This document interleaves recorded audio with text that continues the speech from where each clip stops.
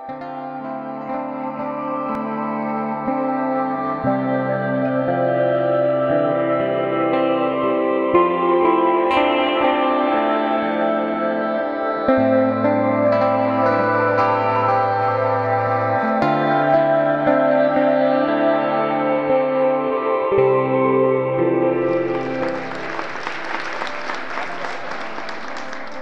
for det. Jamen, jeg er formand for Lokalt Beskæftigelsesråd i Greve Kommune, og det er Lokalt Beskæftigelsesråd, som sammen med Erhvervscentret står bag det her arrangement i dag.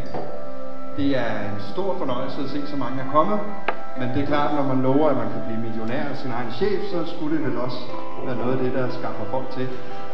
Så jeg håber, I får en rigtig, rigtig god dag. Tak fordi I vil komme.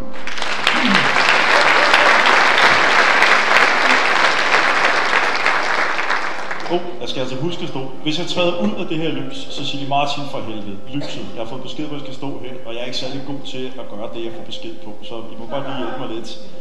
Iværksætteri er et maraton, og de fleste, der knækker fordi, at de stopper, når de har løbet 25 km. De møder muren, ligesom man gør, når man udløber maraton. Så møder man muren, og det er der, de svage gør op. Det er der, forerne bliver skilt for bukken. Det er der, man bare skal sige, ja, selvfølgelig gør jeg det. Det er jo det, alle gør for fanden. Ja, det er surt. Kunderne er idioter. Huslejen har jeg ikke dårlig råd til. Det er jo der, hvor man skal hanke op i sig selv og sige, vil jeg tilbage at være et lønmodtagerjob?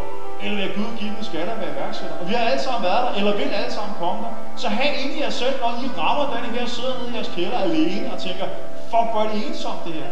Så gå ind på Amino, og så søg lidt trøst eller hjælp og vide, at der sidder i hvert fald 1000 derinde, minimum, der har det værre end jer. Så ja, så kan vi sige, at det er en trøst eller hvad. Men der er altså også rigtig mange, der har klaret det. Det aller sidste, jeg vil sige, før vi lige kan tage nogle spørgsmål, jeg kan blive ved i timevis, det er jo så, hvad så med Danmark? Er det et godt iværksætterland? Er det ikke bare nu, jeg har boet 4 år i USA?